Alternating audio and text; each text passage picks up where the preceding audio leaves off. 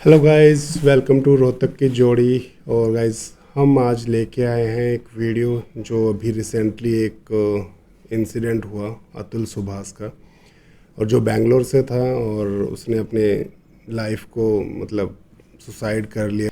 बहुत सारी चीज़ें उसके साथ हुई उसकी ससुराल पक्ष की तरफ से। और ये स्टेप उठाना इतना इजी नहीं होता है जो उसने उठाया है, उसके साथ कुछ ज़्यादा ही गलत हुआ है, इस वजह से वो परेशान हो गया, आखिर उसने ये स्टेप उठाया। और गाइस, हम ये वीडियो बना रहे हैं कि जो भी इस तरह की प्रॉब्लम क्रिएट करते हैं किसी आज के ये कानून का बड़ा दुरुपयोग किया जा रहा है।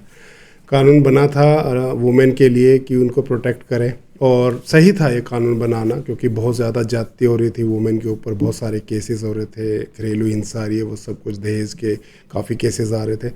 पर लोगों ने, जो वुमेन ने, सभी का मैं नाम नहीं लेता, पर कुछ परसेंटेज है जिन्होंने इसके ऊपर बहुत ज़्यादा इनके जो एक्ट है इसका दुरुपयोग करना बहुत ज़्यादा शुरू कर दिया। बहुत सारी चीज़ें ऐसी कंडीशंस क्रिएट करते हैं वो कि कुछ भी नहीं मांगते, और 15 साल बाद 10 साल बाद वो एकदम आ जाते हैं कि दहेज मांग लिया हमसे, ये मांग लिया, जो झूठे केस हैं। तकरीबन आंकड़ों के हिसाब से 95% केस झूठे मिले हैं। ये कोर्ट ने भी बोला है कि हाँ, ये झूठे केस मिले हैं ऐसे। और गाइस, हम वीडियो देखते हैं और फिर डिस्कस करते हैं फर्दर। दोस्तों, बेंगलुरु में जॉब करने वाले 34 साल के अतुल सुभाष के केस ने पूरे देश को हिलाकर रख दिया है। मुझे याद नहीं आता लास्ट टाइम किसी एक मामले पर लोगों को इतना गुस्सा और लोगों का इतना इमोशन एक साथ मैंने कब देखा था। पूरे सोशल मीडिया पर इस मामले पर ओपिनियन और इमोशन की बाढ़ आ रखी है। मरने से पहले अपने कई पन्नों के नोट में अतुल ने जो लिखा है उसे पढ़कर आपका कलेजा फट जाता है। उसकी वाइफ और घर वालों के बारे में पढ़कर आप यही सोच सकते हैं कि कोई इंसान इतना घिनौना और लालची कैसे हो सकता है। इस लेटर में अतुल ने अपने 4 साल के बेटे के लिए जो बातें लिखी हैं दोस्तों, उसे पढ़कर आप परेशान हो जाते हैं और बार बार यही ख्याल आता है कि काश अतुल के इस दुख का पहले पता होता तो कोई कुछ कर पाता, अतुल को इस दुनिया से जाने से रोक पाता, उन्हें उनके बेटे से मिलवा पाता। लेकिन ये सारी बातें अब सिर्फ काश ही होकर रह गई हैं। मैं ये नहीं चाहता कि इस वीडियो को हम सिर्फ एक इमोशनल अपील बनाकर छोड़ दें। मेरी कोशिश है कि अतुल ने अगर अपनी लाइफ का सैक्रिफाइस दिया है तो उसे हम वेस्ट न जाने दें, ताकि उन जैसे और केस न हो पाए। तो इससे पहले कि मैं इस बात पर आऊं कि अतुल सुभाष के केस में क्या गलत हुआ और क्या कुछ ठीक किया जा सकता था, एक बार पहले ये जान लें कि मामला क्या है।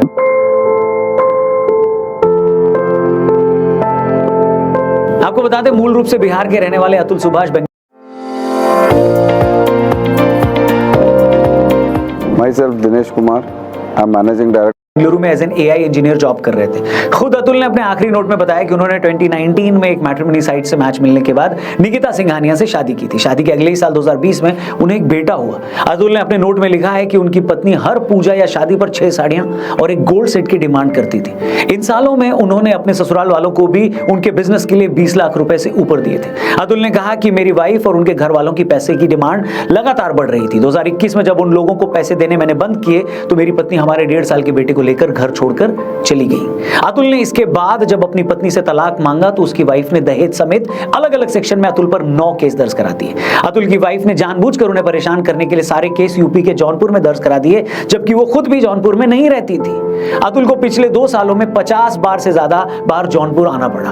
पहले उनकी पत्नी ने अतुल से उनके बच्चे के लिए 40,000 के मेंटेनेंस की डिमांड की और अपने लिए 1 करोड़ रुपए हर्जाना मांगा। जब अतुल 40,000 देने के लिए रेडी हो गए तो अतुल की बीवी ने हर्जाने की रकम बढ़ाकर 3 करोड़ कर दी। अतुल ने इस बात की शिकायत जब जज से की तो जज ने उल्टा अतुल को कहा कि तुम्हारे पास इतने पैसे होंगे तभी तो वो मांग रही है। मगर अब मैं जो आपको बताने जा रहा हूं उसे सुनकर आपके होश उड़ जाएंगे। अतुल ने कोर्ट में जज को जब यह बताया कि एनसीआरबी का डेटा बताता है कि दहेज के झूठे केसों के चलते कितने ही मर्द हर साल सुसाइड करते हैं, तो अतुल की बीवी या सास ने कहा कि ऐसा है तो तुम क्यों नहीं सुसाइड कर लेते। आखिरी सुनवाई के वक्त जब अतुल जौनपुर गए तो उन्हें देखकर उनकी सास ने कहा कि अरे तुम अभी जिंदा कैसे हो, हमें तो लगा कि तुमने सुसाइड कर ली होगी। इस पर अतुल सुभाष का जवाब था कि अगर मैं मर गया तो तुम्हारी पार्टी कैसे चलेगी। इस पर अतुल की सास ने कहा कि वो तो फिर भी चलेगी, तुम मर गए तो तुम्हारी प्रॉपर्टी तुम्हारी बीवी के नाम हो जाएगी, तुम्हारे माँ बाप के मरने के बाद उनकी प्रॉपर्टी भी तुम्हारी बीवी के ही नाम होगी, तुम्हारा खानदान सारी जिंदगी कोर्ट के चक्कर काटेगा। अतुल ने जज पर भी इल्जाम लगाया कि उन्होंने भी मुझसे 5 लाख रुपए की डिमांड की थी और जब मैंने वो पैसे नहीं दिए तो उन्होंने मेरी सुनवाई नहीं की। अपनी वाइफ के इसी टॉर्चर, पुलिस की मिली भगत और एक कथित करप्ट जज के चलते अतुल सुभाष ने 9 दिसंबर की रात अपनी जान दे दी। अपनी जान देने से पहले उन्होंने 40 पन्नों का एक नोट लिखा और 1-1.5 घंटे का वीडियो भी रिकॉर्ड किया। अतुल इस सिस्टम से इतने नाराज थे कि उन्होंने अपने नोट में यह तक लिख दिया कि मेरी अस्थियों को तब तक ना बहाया जाए जब तक कि मुझे इंसाफ नहीं मिल जाता, और अगर मुझे इंसाफ न मिल सके तो मेरी अस्थियों को कोर्ट के बाहर किसी गटर में बहा दिया जाए। कई पन्नों के अपने आखिरी नोट में अतुल ने ऐसी ऐसी बातें लिखी हैं जिसे पढ़कर आपका कलेजा फट जाएगा। क्या आप उस इंसान के दर्द का अंदाजा भी लगा सकते हैं जिसने अपनी बीवी और उसकी फैमिली को खुश करने के लिए सब कुछ किया, अपने साले तक के काम में मदद करी, अपने ससुराल को लाखों रुपए दिए, पत्नी की हर खुशी का ख्याल रखा। उस शरीफ आदमी को इतना मजबूर कर दिया गया कि उसने परेशान होकर अपनी ही जान दे दी। उसे 2 सालों से अपने बच्चे से नहीं मिलने दिया गया, उसके माँ बाप पर झूठे केस किए गए, वो भी तब जब आपने अपनी बीवी के लिए हर वो पॉसिबल चीज की जो आप कर सकते थे। मैं मानता हूं कि इस देश में औरतों के हक के लिए जो कानून बने हैं उसका अपना इतिहास है, उसकी जरूरत भी है, लेकिन क्वेश्चन ये है, सवाल ये है दोस्तों कि इन्हीं कानूनों का फायदा उठाकर कई महिलाएं सीधे साधे मर्दों को फंसा देती हैं, उन्हें अपनी जान देने के लिए मजबूर कर देती हैं। उन महिलाओं का क्या जिन मामलों में औरतें ये साबित नहीं कर पाती कि सच में उनके पति ने उनसे दहेज मांगा था या नहीं, तो क्या उन मामलों में औरतों को भी कभी सजा होती है? ना, बिल्कुल नहीं होती। ऐसे मामलों में आखिर ऐसा कोई कानून क्यों नहीं है जो ये तय कर सके कि बच्चों के मेंटेनेंस के लिए या अपने हर्जाने के लिए औरतें कितना पैसा मांग सकती हैं? अतुल के केस में ये कैसे डिसाइड हो गया कि निकिता को अपने 2 साल के बच्चे की परवरिश के लिए 40,000 रुपए महीना चाहिए? आखिर उसने कैसे तलाक के बदले 1 करोड़ के बजाय सीधे 3 करोड़ रुपए मांग लिए? ये तो दहेज कानूनों की आड़ में मर्दों के साथ लूटपाट है, डे लाइट रॉबरी है। आखिर क्या रीजन है कि ऐसे केसेस में बच्चों की जॉइंट कस्टडी नहीं दी जाती? क्यों बाप को तरसाया जाता है? वो बेचारे तो अपने बच्चों का मुंह तक नहीं देख पाते। पहले मैं साफ कह दूं कि जब मैं ये सारी बातें कर रहा हूं तो मैं कोई 498 या दहेज प्रताड़ना के लिए बने कानूनों के अगेंस्ट नहीं हूं।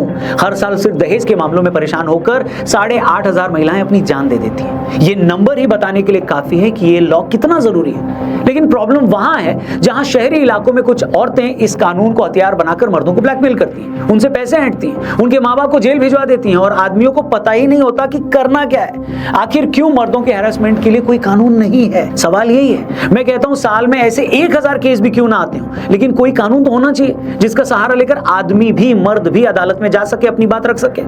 आज हम एक अतुल सुभाष की बात कर रहे हैं, लेकिन ऐसे कितने ही मामले हर रोज अखबारों के 8-9 पन्ने पर छपकर खत्म हो जाते हैं और किसी को हवा तक नहीं लगती। कुछ दिन पहले इसी तरह के एक मामले में सब इंस्पेक्टर हरीश ने अपनी जान दे दी। इसी तरह प्रोफेसर दीपांशु का मामला है, वो भी 1.5 साल से अपने बच्चे से नहीं मिले थे। इसी तरह के केस में मुंबई के संदीप पासवान ने भी अपनी लाइफ, अपनी जिंदगी खत्म कर दी थी। उनकी मंगेतर और उनकी फैमिली उन्हें लगातार टॉर्चर कर रहे थे। उन्होंने भी अपनी जान देने से पहले 20 पेज का एक नोट लिखा था और 20 मिनट का एक वीडियो बनाकर दुनिया को अलविदा कह दिया था। इसी तरह का केस तमिलनाडु के वास्को अनिल का भी है, जिन्होंने शादी के सिर्फ 2 महीने बाद ही अपनी जान दे दी। उनकी अपनी बीवी से जरा सी कोई बात हुई थी जिसके बाद उसके ससुराल वाले लगातार उन्हें जेल भिजवाने की बात कर रहे थे, धमकियां दे रहे थे। वास्को के ससुर यूपी पुलिस में कांस्टेबल थे। वास्को की मौत के 1.5 साल बाद भी पुलिस ने इस मामले में कोई रिपोर्ट नहीं लिखी, लेकिन उनकी पत्नी ने जरूर वास्को के माँ बाप पर केस करवा दिया। आप उन माँ बाप की हालत के बारे में सोच सकते हैं जिन्होंने पहले अपना बेटा खोया और अब वो अपने आप को बेगुनाह साबित करने के लिए अदालतों के चक्कर काट रहे हैं। मैं पूछता हूं, अगर कानून की नजर में सब बराबर हैं तो ऐसे झूठे केसों से खुद को बचाने के लिए मर्दों के पास क्या ऑप्शन है? ऐसे मामलों में कानून उनकी क्या मदद करता है? जवाब है कुछ नहीं। और आपको पता है ऐसे मामलों में एक सबसे खतरनाक ट्रेंड क्या है? कई औरतें जिनका शादी के बाद एक्स्ट्रा मैरिटल अफेयर होता है, जब उनके पतियों को इस बात का पता लगता है और वो ऑब्जेक्शन करते हैं, तो ऐसी औरतें सीधे सीधे अपने हस्बैंड को धमकी देती हैं कि अगर तुमने इस मामले को ज्यादा उछाला या किसी को बताया तो मैं तुम्हारे खिलाफ 498 का केस करवा दूंगी। दीपिका नारायण भारद्वाज डॉक्यूमेंट्री मेकर हैं और उनकी संस्था ऐसे मर्दों के हक के लिए लड़ाई लड़ती है। दीपिका ने अपने ट्विटर हैंडल पर बताया कि अतुल के केस के बाद उनके पास अब तक ऐसे हजारों मैसेजेस आ चुके हैं। ऐसे एक मैसेज में एक आदमी ने लिखा है कि मेरी वाइफ का किसी के साथ एक्स्ट्रा मैरिटल अफेयर चल रहा था और उसके साथ मेरी वाइफ के फिजिकल रिलेशन भी थे। एक बार मैंने मेरी वाइफ को उस आदमी के साथ रंगे हाथों पकड़ लिया। मैंने जब ये बात वाइफ के घर वालों को बताई तो उन्होंने लिटरली मुझसे भीख मांगी कि मैं उसे माफ कर दूं। उस आदमी ने कहा कि मेरी फैमिली की भी रेपुटेशन का सवाल था तो मैंने उसे माफ कर दिया। लेकिन कुछ दिन बाद मैंने मेरी वाइफ को फिर से उस आदमी के साथ पकड़ लिया। इस बार जब मैंने उनकी फैमिली से शिकायत की तो मेरे ससुर जी ने कहा कि फिर क्या हो गया, एडजस्ट कर लो। इसके बाद मैं तलाक लेने कोर्ट गया तो मेरी वाइफ ने मुझ पर 9 झूठे केस करवा दिए और आज मेरी जिंदगी नर्क हो रखी है। अब क्या कोई कानून का एक्सपर्ट मुझे बताएगा कि ऐसे मामलों में एक मर्द करे तो करे क्या? एक तो उसके साथ धोखा हो रहा है, उसका भरोसा तोड़ा गया और सामने वाले ने जब इसकी शिकायत करी तो उल्टा उस पर ही केस कर दिया गया। मतलब जैसे लॉज हैं उसमें आदमी अपनी बीवी का धोखा भी सहे और उस पर ऑब्जेक्ट करे तो उल्टा उस पर ही केस कर दिया जाए। ये किस तरह की सोसाइटी बना रहे हैं? मैं फिर कह रहा हूं कि ऐसा नहीं है कि औरतें धोखा देती हैं तो आदमी नहीं देते, आदमी उससे कहीं ज्यादा देते हैं। औरतें अगर दहेज के झूठे मामले दर्ज करवाती हैं तो औरतों के साथ दहेज के लिए होने वाले सच्चे मामले भी लाखों में हैं, और ऐसे ही मामलों में औरतों को ताकत देने के लिए 498 जैसे कानून भी बने। लेकिन फिर सवाल यही आता है कि अगर औरत भी आदमी की तरह चालाक है, धोखेबाज है, लालची है, तो ऐसे मामलों में यही कानून आदमी को यानी मर्द को क्या ताकत देता है? इसका जवाब है कुछ नहीं। हमारे साथ प्रॉब्लम यह है कि जब भी हम औरतों के साथ जुड़े किसी एक मुद्दे की बात करते हैं तो हम ये मानने को तैयार ही नहीं होते कि मर्द भी तो विक्टिम हो सकता है। जैसे कुछ साल पहले जब पूरी दुनिया में मी टू मूवमेंट चला तो दुनिया भर के मर्दों को नेम शेम किया गया। सालों बाद औरतों ने आगे आकर बताया कि कैसे कैसे किस किस आदमी ने उन्हें कब कब टॉर्चर किया, उसका शारीरिक शोषण किया। मुझे लगता है कि ये मूवमेंट सही था। इससे बहुत सारे मर्दों के मन में डर भी आया कि हमने भी कोई गलती की तो हमारी भी ऐसे ही बदनामी हो सकती है। लेकिन मेरा एक सवाल है दोस्तों, अगर कुछ औरतों को आगे बढ़ाने के लिए मर्दों ने उनसे कुछ फेवर मांगे और कुछ औरतों ने ऐसा करने से मना कर दिया, अगर ये एक रियलिटी है तो एक रियलिटी ये भी है कि न जाने ऐसी कितनी महिलाएं भी हैं जो अपने औरत होने का फायदा उठाकर दफ्तरों में, ऑर्गेनाइजेशंस में आगे बढ़ जाती हैं। क्या आपके ऑफिस में ऐसी कोई लड़की नहीं है? और क्या इन लोगों की वजह से जेन्युइन एम्प्लॉइज को नुकसान नहीं होता? फिर चाहे वो कोई लड़का हो या लड़की क्यों ना हो। अब आपके सामने कोई अगर सबूत के साथ ये कह भी दे कि फला लड़की इस तरीके से आगे बढ़ी है, उसने मेरा ये नुकसान किया है, तो क्या आप उस मर्द की बात सुनेंगे? बिल्कुल नहीं सुनेंगे। सच तो ये है कि बात कितनी भी सच्ची क्यों ना हो, उल्टा उस मर्द को ये कह दिया जाएगा कि तुम एक औरत की ग्रोथ से जलते हो, तुम झूठे हो, तुम्हें शर्म आनी चाहिए। मैं फिर कह रहा हूं कि ये एक सेंसिटिव मामला है, लेकिन क्या वजह है कि हम दूसरी तरफ भी कुछ गलत हो सकता है इस बारे में सोचने के लिए तैयार ही नहीं होते। और कोई भी सोसाइटी जब एक तरफा नैरेटिव बनाता है तो वो एक साइड को पूरी तरह से विलन और दूसरे को पूरी तरह से विक्टिम बना देता है। जैसे ब्राह्मणों ने अगर एक वक्त कुछ जातियों पर जुल्म किए तो कुछ लोगों ने आज तक पूरी ब्राह्मण जाति को ऑपरेसर बना रखा है। अगर पेट्रियार्कल सोसाइटी में मर्दों ने सालों तक औरतों पर जुल्म किए, उन जुल्मों से बचाने के लिए हमने औरतों के लिए कुछ कानून बनाए, तो इसका मतलब ये नहीं है कि उसका उल्टा नहीं हो सकता, मर्द भी विक्टिम हो सकता है। हेलो, हिंदी के उपन्यास सम्राट प्रेमचंद्र का एक मशहूर नॉवेल है कर्मभूमि। कर्मभूमि में एक जगह प्रेमचंद जी अपने कैरेक्टर से कहलवाते हैं कि आप लोग कहते हैं कि महिला, दलित, भूमिहीन ये सब प्रताड़ित होते हैं, लेकिन इस बात की क्या गारंटी है कि अगर इन सबको कल को वैसी ही ताकत मिल जाए तो ये सब भी वैसा ही शोषण नहीं करने लगेंगे जैसा इनका होता है? मतलब बुराई आदमी या औरत, ऊंची जाति या नीची जाति में नहीं है। बुराई उस ताकत में है जो एक इंसान को पैसे या कानून या अपनी जाति धर्म से मिलती है। अब ये उस आदमी पर डिपेंड करता है कि वो उस ताकत का कैसे इस्तेमाल करता है। दहेज विरोधी कानूनों ने जहां लाखों करोड़ों औरतों को ताकत दी है, तो ये भी सच है कि इन्हीं कानूनों की ताकत का इस्तेमाल करके लाखों मर्दों का भी वैसे ही शोषण हो रहा है जैसा औरतों का होता आया है। लेकिन जरूरत इस बात की है कि इन कानूनों का गलत इस्तेमाल होने से रोका जाए, मर्दों को भी कानून की प्रोटेक्शन दी जाए, ताकि अतुल सुभाष जैसे भले लोगों को यूं मजबूरी में दुनिया को छोड़कर जाना न पड़े। बाकी आपकी इस मामले पर क्या राय है, क्या ओपिनियन है, कमेंट करके जरूर बताइएगा। क्या आप अपने अगल बगल किसी ऐसे मर्द को जानते हैं, किसी ऐसे व्यक्ति को जानते हैं जिन्हें इसी तरीके से झूठे केस में फंसाया गया है, कानून का गलत इस्तेमाल करके उन्हें भी परेशान किया जा रहा है? उनके बारे में भी कमेंट करके जरूर बताइएगा और इस वीडियो को हर एक व्यक्ति तक पहुंचाएगा, अपने हर एक फ्रेंड से शेयर करिएगा। चैनल भी सब्सक्राइब करके जाइएगा। Thank you for watching. जल्दी मिलते हैं। जय हिंद, वंदे मातरम।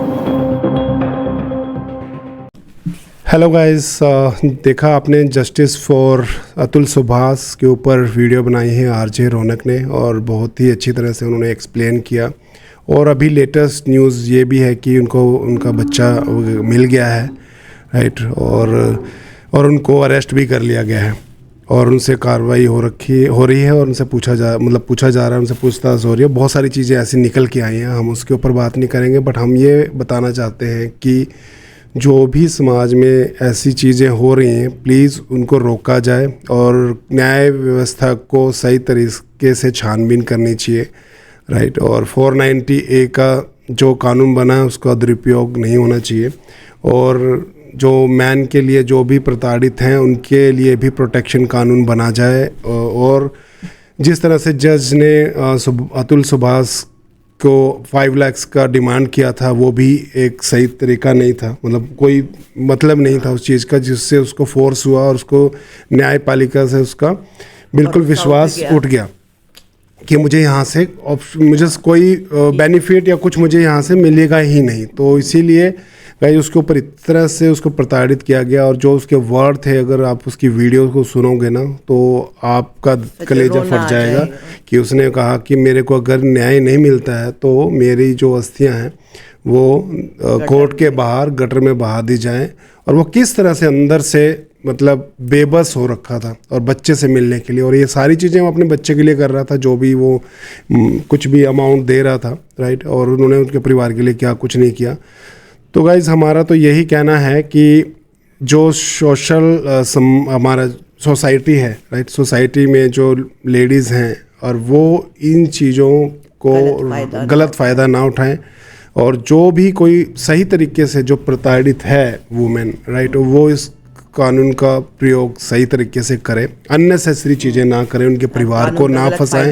10 साल बाद उठ जाते हो आप, 10 साल बाद उठ के बोलते हो, 15 साल बाद उठ के बोलते हो सडनली कि मेरे से दहेज मांगा जा रहा है, और ये वो सब चीज़ें, और ये सबको पता होती है सोशल में कि भैया ये चीज़ें नहीं होती। कुछ लोग हैं ऐसा करते हैं, तो उनके खिलाफ कार्रवाई हो, और जो नहीं करते और अननेसेसरी फंस जाते हैं इस सिचुएशन में, और उनको न्यायपालिका से हमसे ये रिक्वेस्ट है कि वो उस चीज़ को सही तरीके से सॉर्ट आउट करें कानून के दायरे में, और प्रोटेक्शन दे मैन को भी, क्योंकि आजकल इन चीज़ों को देखते हुए तो विश्वास सा उठ गया है, राइट।